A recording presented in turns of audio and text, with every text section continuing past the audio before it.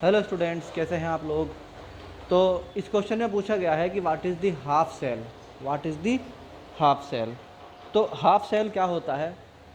हमने आपको कल बताया था कि मान लीजिए आपने एक जार लिया, उसके अंदर जिंक सल्फेट का सॉल्यूशन डाला और वो कन्वर्ट हो गया Zn प्लस प्लस और SO4 माइनस माइनस में।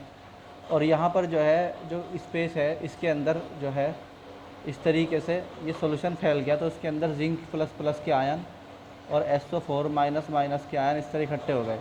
अब आप क्या करते हो, आप इसके अंदर एक रॉड लगा देते हो और वो रॉड होती है मान लो उसी मेटल की जिसका तुम्हारा मेनली आयन है। जैसे for example you have taken the zinc, तो यहाँ पे आपने जिंक की रॉड ले ली। तो इस तरीके से जब ये जिंक की रॉड दूसरे वाले सेल में अटैच होगी तो यहाँ से इलेक्ट्रॉन निकल निकल के भागेंगे और ये जो जिंक है रॉड का ये काहे में कन्वर्ट होगा, Zn प्लस प्लस में, +2 इलेक्ट्रॉन रिलीज़ हो गए। तो इस तरीके से जो है ये जो एक सेल है एक तरफ का, this is called half cell. This is called half cell. तो हाफ सेल क्या होता है, it is A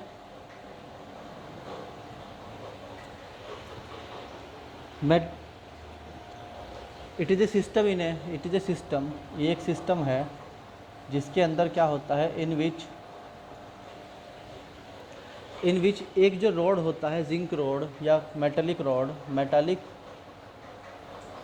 rod is dipped, वो डिप्ड होती है किसमें, इनटू द, किसमें बच्चों, into the ionic solution of the metal.